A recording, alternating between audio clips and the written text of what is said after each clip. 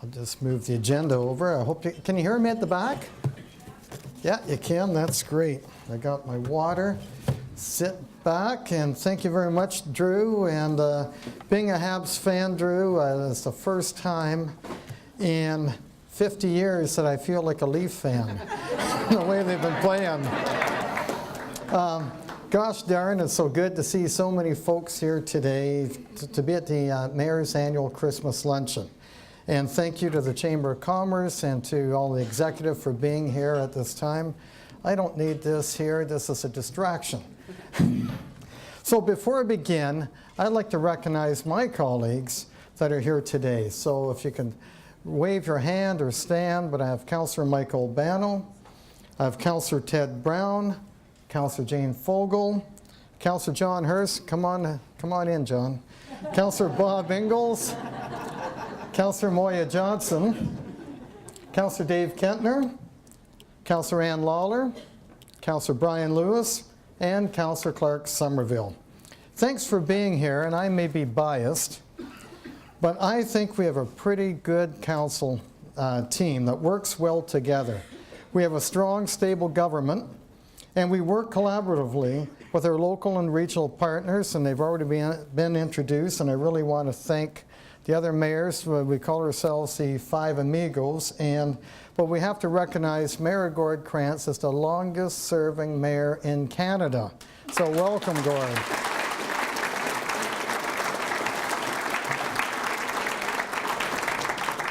Now I do have a gift I'm going to give you, and it's something you collect, but I'm not going to hold up the speech too long because I know it might take you 10 minutes and wrap it, and so we're not going to wait. But I think what makes our council work is fundamentally we have shared values, and that is the theme of today's speech. I have to tell you that I'm extremely proud to be mayor of this town. When I go to other municipalities or attend government conferences, I can tell you that Halton Hills is respected of how we do business, how we get business done, and how we maintain our beautiful town while still embracing and planning for growth. And quite frankly, we punch above our weight, and people know it. Councillor Clark Somerville is the past president of the Federation of Canadian Municipalities. This will probably never, ever happen again because of the municipality that we're in, and every 5 years there's somebody from Ontario that gets that role. Clark's role as FCM has certainly put Halton Hills on the national map.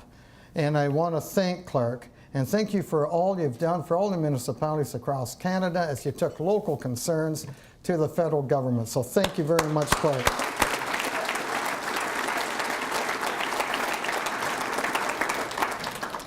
Now, if you weren't so busy in FCM, you would have heard this speech last year and the year before, but this is the first time he's come out he's been able to be with us. Now, I could go on and speak about each and every one of my councillors, but I'm simply going to say thank you for all of you for your thoughtful dialogue, your interest and contributions in ensuring we collectively make the best decisions for our residents and our business community.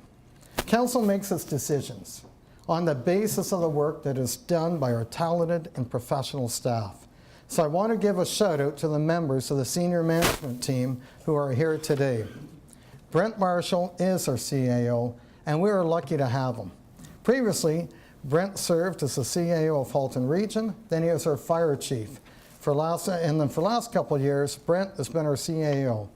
And I don't know whether you put out more fires as a fire chief or a CAO. I can't keep track.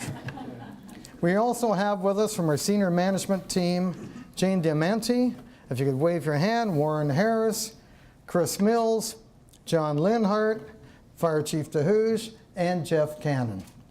Another familiar face with everybody here is Halton Hills Hydro President, Art Skidmore. And Halton Hills Hydro has been one of the most efficient hydros in all of Ontario for many years. And finally, a big thank you to Nancy Surratt and Fatima Desneves for keeping my office in order on day-to-day and arranging my appointments, because quite frankly, some days I don't know if it's a Monday or a Friday or a Wednesday. And I guess we'll have to recognize a special retirement for Doug Penrice. Thank you, Doug.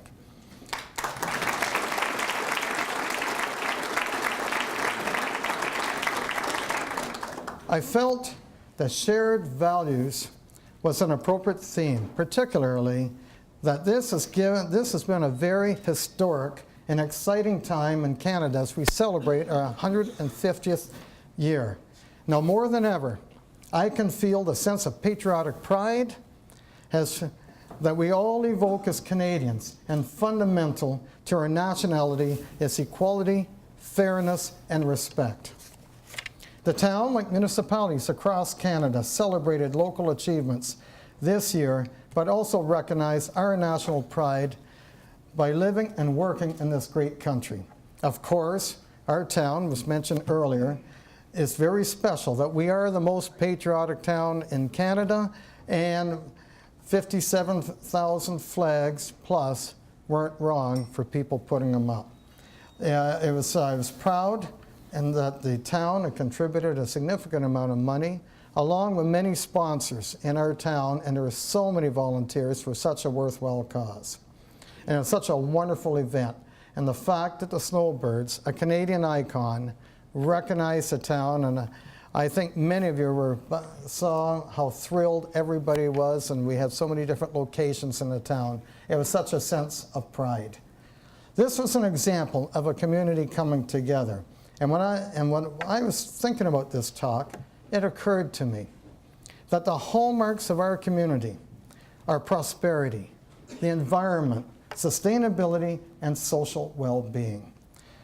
When you're in a good place in all those areas, you have a darn good community, and one that we can all be so proud to call home.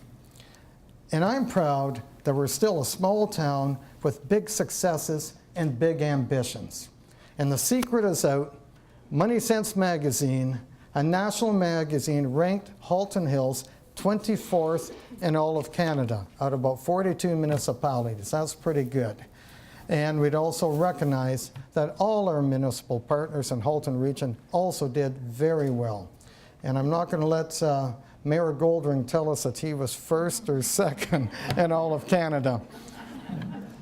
Now, of course, Money Sense magazine is about prosperity, which typically refers to our financial health. And when we think of the health of municipality, particularly this time of year, we think of our budgets. The 2018 budget was passed with an overall tax increase, including the regional school board, at 2.4%. It includes significant investment in various assets, such as replacement of vehicles, equipment, repairs to roads, parks, planting more trees, and the budget includes money for the construction of the Georgetown Sports Action Park at Gellert, and I know the Ward 4 councillors are very excited. Also, additional bike lanes, pedestrian crossings. The budget also includes money for a number of plans and studies. What I want you to know is that the money spent by the municipality is allocated by a very detailed process to ensure that the community's needs are identified and met, whether it's through new infrastructure or investment necessary monies to maintain existing infrastructure such as roads. A major roads project for the town in 2017 was the successful completion of the first phase of the reconstruction of Armstrong Avenue, which includes curbs, pavement markings, and a multi-purpose path on Sinclair from Guelph Street to Armstrong, making it safer for cyclists and pedestrians to access the business in Georgetown Industrial Park. This nearly $3 million investment in new and improved infrastructure will be followed by design work in 2018 with a goal of reconstruction in 2019 to finish the remainder of Armstrong Avenue. 2017 saw a significant amount of work completed in various projects. In February, the town and Silver Creek Commercial Builders reached a settlement on the proposed Macgibbon Hotel redevelopment project regarding the approval of a 10-story, 125 condominium unit building. In accordance with the settlement, Silver Creek is required to provide certain community benefits. The reuse of original brick along Main Street, the original brick or replica brick matched for color, size, and appearance on Mill Street, and a provision for $500,000 contribution towards the enhancement and preservation of heritage conservation initiatives and/or provision of additional public facilities improvements within the downtown of Georgetown. The development is currently going through the site plan approval.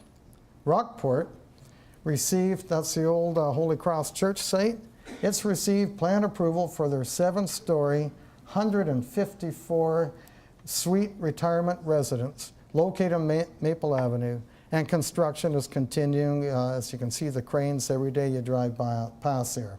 In July, the Amico project received council approval on phase 1, which entails a 76-unit, 6-story condominium building on Mill Street, the former Memorial Arena site. As part of the approval of this project, Amico committed to upgrade Mill Street beyond minimum requirements or provide the town with funding to complete the work between Dayfoot and Guelph Street. Amico's other 2 proposed condominiums buildings remain under review. 2017 also saw the Vision Georgetown project reach a significant milestone when the draft land use concept was prepared.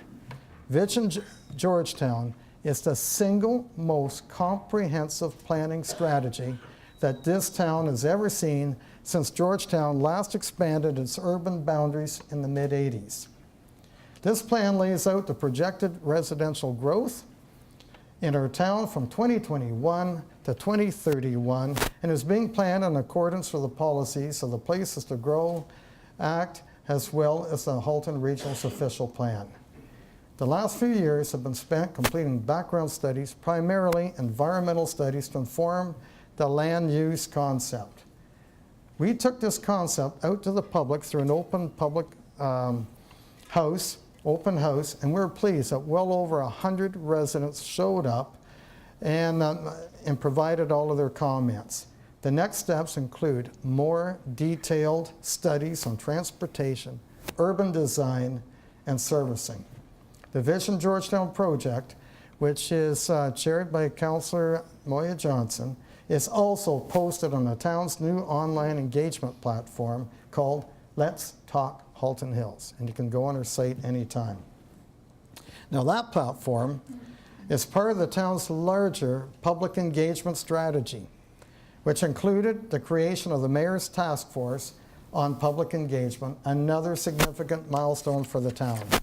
The task force included a dedicated group of volunteers, along with Councillors Fogel and Somerville and myself, and we participated in a series of sessions that culminated in a charter that sets out the commitments and responsibility of the town as well as its citizens. In 2018, staff will be working on how to deliver on the charter commitments to enhance our current methods of public engagement. Also, in 2018, the customer service strategy will be fully executed, and anyone who's been to the town hall recently has seen the physical transformation associated with this project. Just walk in the front doors. Our new customer service desk is part of a larger plan to improve how we serve our residents and businesses, and I believe this change was long overdue. I've spoken about the corporation's financial health, but now I'd like to address prosperity from the perspective of the economic prosperity of our community, new businesses and business expansion. The state of our economy is strong and getting stronger, and our supply of vacant and available industrial manufacturing lands make Halton Hills a preferred choice for many of our industries. Halton Hills continues to be a prime location for investment and a gateway to North America. With over 1,400 businesses and nearly 21,000 employees calling Halton Hills home, our economy is diverse and poised for continued growth.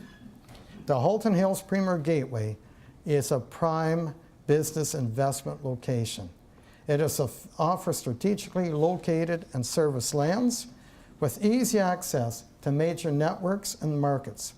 And last year, I told you that in 2016, come on in, Mayor of Oakville. Welcome to Mayor of Oakville.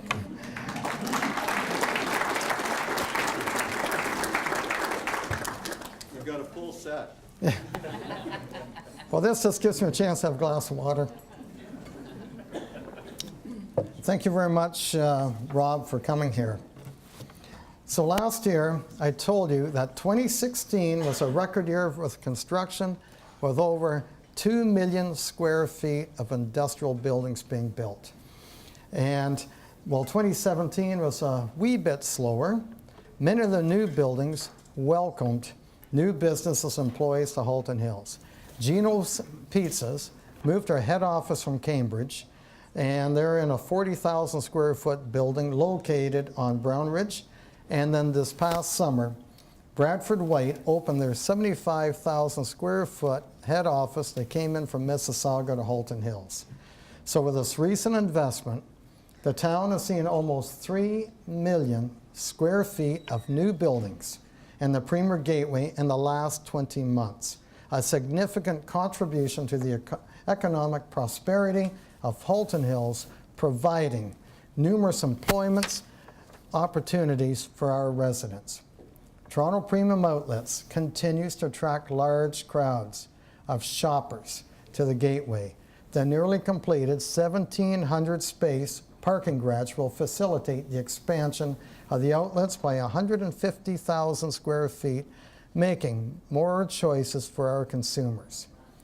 In my speech last year, I told you about a very significant investment at the Acton Industrial Park, which will bring new employment opportunities to our community. Site works are ongoing, and a conditional permit has been issued allowing the developer to get the foundation in. The town staff are working closely with Futura Properties Limited to realize the full potential of this 55-acre subdivision. Now, I want to ask you, how many of you have used Kraft Heinz products? Put up your hands, come on. Just about everybody has used it. So I'm pleased to announce today that the largest building in Halton Hills has been leased by Quad Real Property Group to Kraft Heinz Canada Corporation, and when fully operational, will employ over 150 people. The 775,000 square foot state-of-the-art distribution center is located on Steeles Avenue, has one of the largest food and beverage companies in the world, doing in excess of $26 billion in sales. I think Kraft will be a very welcome addition to our corporate family.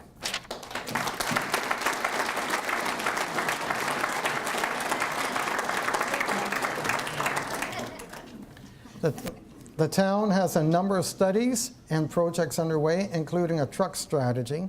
And speaking of trucks, another initiative is a town truck monitoring station located on Maple Avenue across from the town hall. This is implemented by Dufferin Aggregates to monitor the trucks being generated from their facility to ensure that Maple Avenue is only being used by local deliveries. The installation of the monitor system has improved the quality of life for residents on Maple Avenue or living near Maple Avenue. Thank you to Councillor Johnson for your involvement in this issue, but we also thank Dufferin Aggregates for their willingness to implement the monitoring system and their excellent working relationship with the town of Halton Hills. I also want to share with you some information about Trafalgar Road. Since this is an arterial road, it is managed by the town, it's not managed by the town, but it's managed by Halton Region. The region has commenced with a design to widen Trafalgar Road to Highway 7 to 4 lanes. The project will be completed in 2 phases, and the first phase will be Steeles Avenue to 10th Side Road. It is anticipated that construction will commence for that portion in around 2019. The second phase from 10th Side Road to Highway 7 will commence in 2021. Unfortunately, there's a slight delay because the environmental assessment has now been appealed. As you can see, we're making investments in our roads, infrastructure, to support transportation improvements to better move the flow of goods and services. We're also making investments directly into businesses through the Community Improvement Plan. Now, this is a cost-sharing program between the town and the businesses, and it is we've had the most successful year in 2017 with 12 projects approved. The CIP benefits the community by improving the quality of our buildings, increasing the value of the properties, and yielding a higher property tax, which provides a return to the town's initial investment. The town has issued $151,000 in grants to local businesses. My congratulations to all the businesses for their investments in our town and their commitment in improving our commercial landscape. The town continues to make investments in downtown Acton as the area goes through a transition. The Community Improvement Plan has proven to be a key component, and to date, the town has invested over $80,000 in downtown Acton, with 2 more applications being processed. Improving the appearance and reducing the vacancy rate in downtown Acton continues to be a priority. While there are vacancies, the BIA does have long-term businesses who are doing expansions. And this initiative is part of the Vacant Store Action Plan. The streetscaping plan is also under development, and the town and the BIA have invested $30,000 into this project. And in 2018, streetscape improvements will be implemented, and an additional $40,000 has been budgeted for new garbage cans, benches, signage, landscaping, and much more. As you can see, the town has taken a very proactive approach to business development by creating opportunities to local owners and working with organizations. But we're also interested in fostering dynamic environments, and so the town reaches beyond our geographical boundaries. In 2016, the town of Halton Hills signed an agreement to become a sister city with Wenjing, China, which is part of Chengdu, China's 4th largest city. We've developed a sister city action plan. Our partnership with Wenjing is part of our comprehensive economic development strategy. Here, we're not only continuing to assist with local businesses, retention and expansion, but also taking action to ensure that Halton Hills can compete globally. Our sister city action plan is already bearing results. The trade mission to Wenjing that I led this past September resulted in 2 historic business agreements. First was an agreement between the Halton Hills Chamber of Commerce and the Wenjing Chamber of Commerce, and this was a first for both. It makes sense for the chambers to do this. After all, China is Ontario's 2nd largest trading partner, doing $86 billion in trade a year. And this positions Halton Hills to be ready for future trade cooperation between China and Canada. Establishing our presence will now benefit our local businesses when competing on the global stage. Implementation of this agreement will establish business-to-business partnerships, raise trade and benefit, and the bottom line, our businesses by facilitating access into China. I'm very proud of our chamber for embarking on this journey, and I must say kudos to board member Judy Avery, who represented the chamber and handled herself with such poise at the discussions and at the official signing. In September, I also participated in the signing of an agreement between Southwest Energy, one of our subsidiaries, and Sichuan Taiyi New Energy.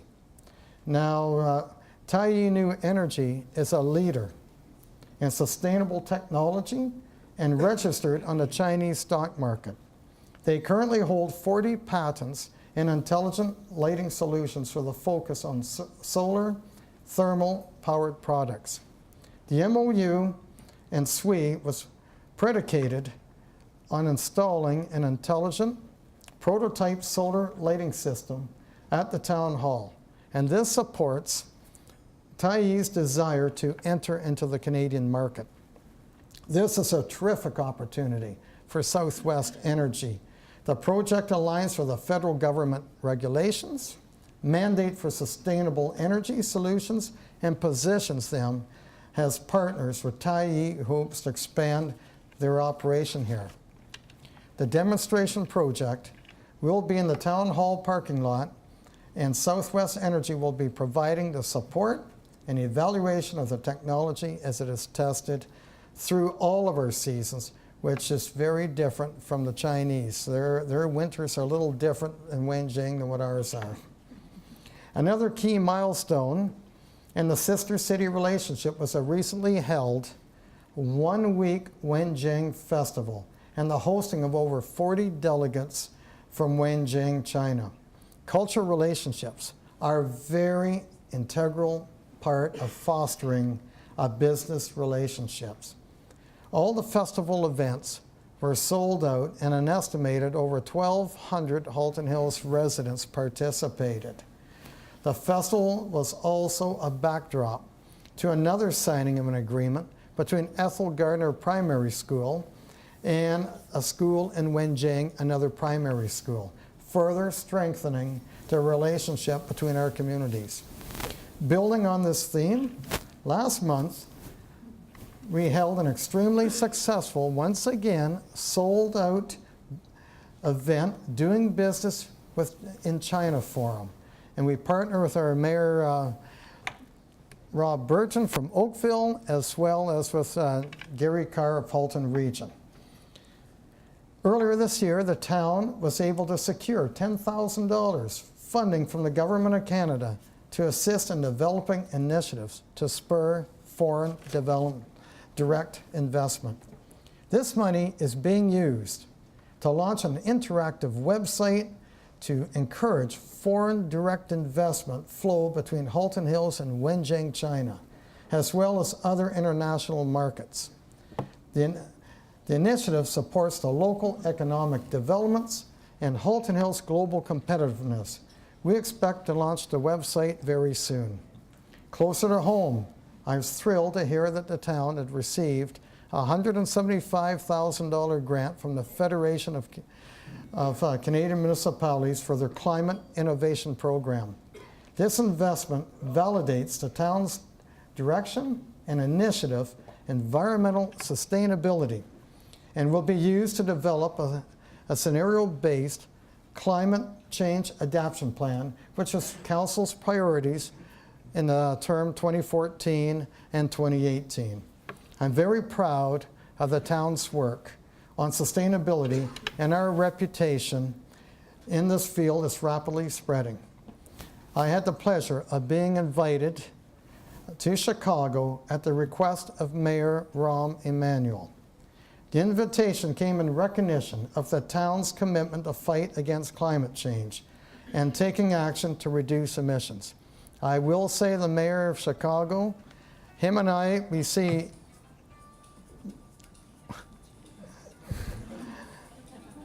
it's the off button.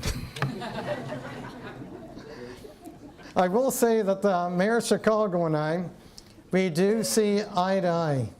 He's about this high. And that doesn't happen to me very often. But the gathering was because of Trump's withdrawal from the Paris Accord. And this historic Chicago charter signing brought together 51 mayors from 10 countries, 5 continents, representing 61 million people. There are only 3 mayors from Canada who is there. The mayor of Montreal, the mayor of Vancouver, and yours truly. I was honored and humbled to represent my town and my country.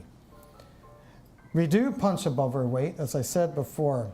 And I had the pleasure of meeting the Paris, France Mayor Hidalgo, who initiated the Paris Agreement and brought so many people, and Clark Somerville was privileged to be at the Paris Agreement Accord.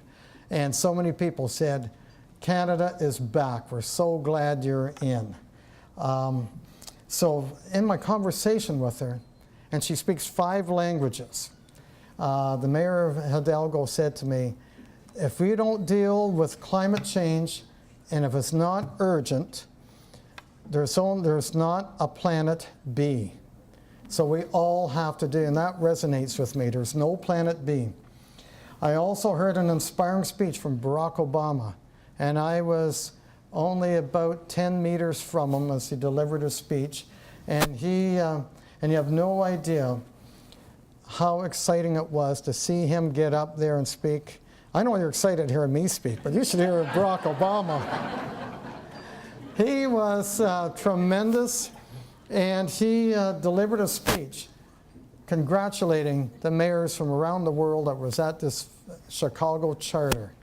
And he said climate change is urgent. And if you don't believe him, you don't believe anybody else, because there are one person at 1600 Pennsylvania Avenue who doesn't believe in climate change. Just look at the video that circulated all weekend about the polar bear starving to death. If that doesn't tell you about the changes.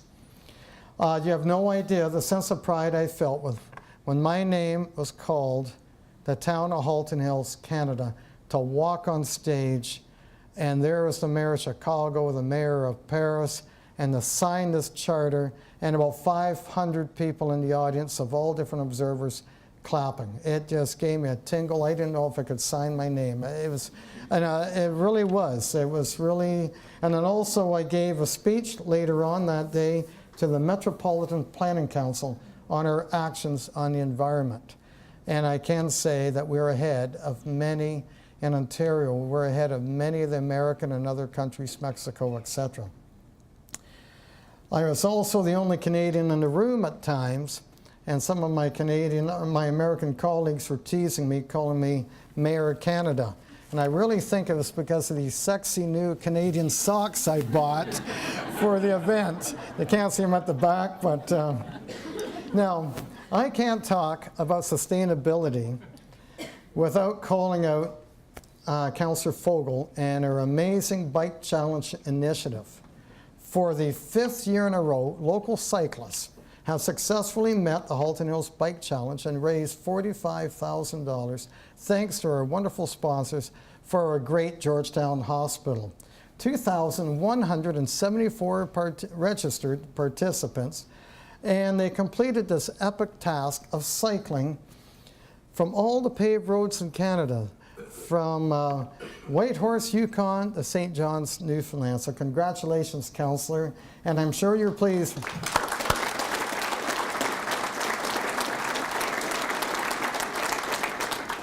And I'm sure you're pleased that the budget included new bike paths. I have spoken about shared values in the context of prosperity and sustainability. And now I'd like to address social well-being, which I characterize as those initiatives that support the quality of life. I believe that social well-being is about doing the right thing. And I believe that social well-being does not have borders. And that's why when I heard of the outrageous right-wing violent demonstrations that were occurring not just in Charlottesville, United States, but closer to home. There's Montreal, London, some places out west. I thought it was good for us to publicly state our opposition to racism. So in August, I put forward a resolution, a motion that stated racism will not be tolerated in our community and that we're all citizens of the world. And let me tell you, it was heartening when something good catches wind, and this did. We had over 40 municipalities from Ontario respond and supported our Halton Hills resolution. Locally, in an issue that we as council got behind, and staff led by our CAO, Brent Marshall, did a tremendous job in addressing our community's vulnerable youth. When earlier this year, a service provider opted out of running our local youth centers. And the town stepped in. And I recall Councillor John Hurst, an advocate of our youth for decades, he said in council, "This is one of the most significant issues we have dealt with." And we couldn't agree more. And in doing so, we assumed the leadership role, and staff now co-lead a dynamic network of agencies to support our youth and working together to address the issues of homelessness, mental health, and food, just to name a few. I'm proud to say that Halton Hills looks after its own. Although Councillor Somerville and myself had the privilege of going to Peru and working with these small municipalities, we went separately, that have dealing with mines in Peru, and it was amazing. The average miner in Peru lives only till 50 years old. And we went there and were invited to go there and speak and work with these mayors on how to improve their quality of life. Although, and I'd also like to mention that social services is delivered at the regional level, and they do a great job. We need to identify and proactively address the issues that affect the people of our community. And we do this by collaboration, by innovation, and by investing in the people, programs, and the services that make sense. This is a responsible government, and it serves to support the community wellness. Community wellness is also supported by the service provided by our fire department.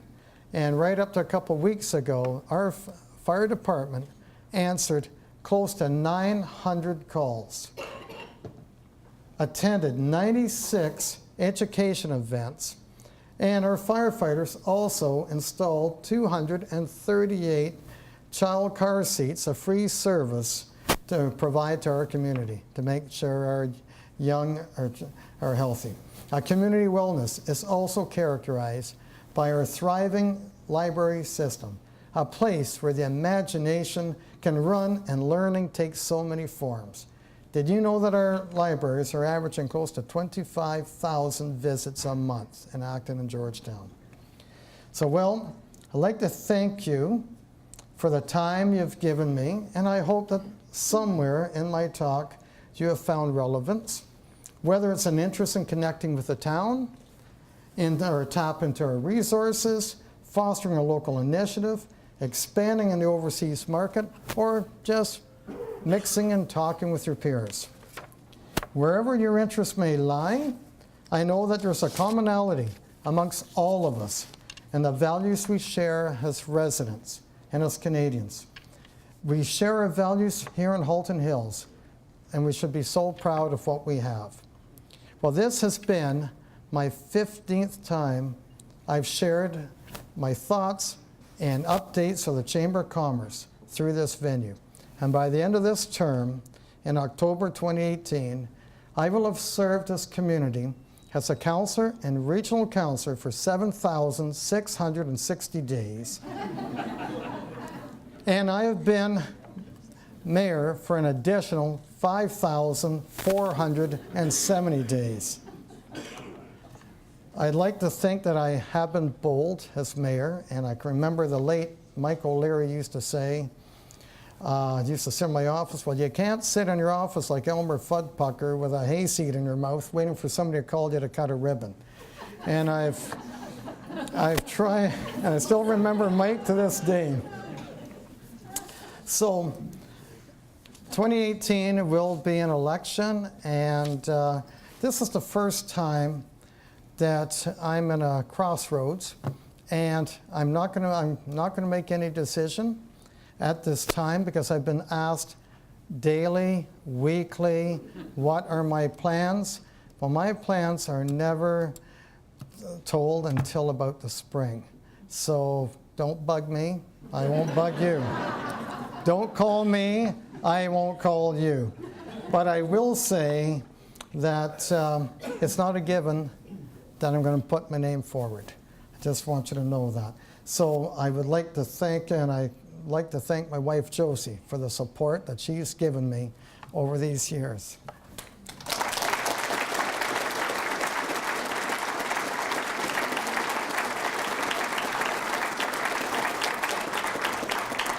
I do know the worst thing anybody can do is stand between a good glass of wine and lunch. So I'd like to thank everyone, and on behalf of the town councilors that are here today, I wish you all a very safe and Merry Christmas. I'm Mayor Rick Bonnette, and I'm keeping it real. Thank you so much.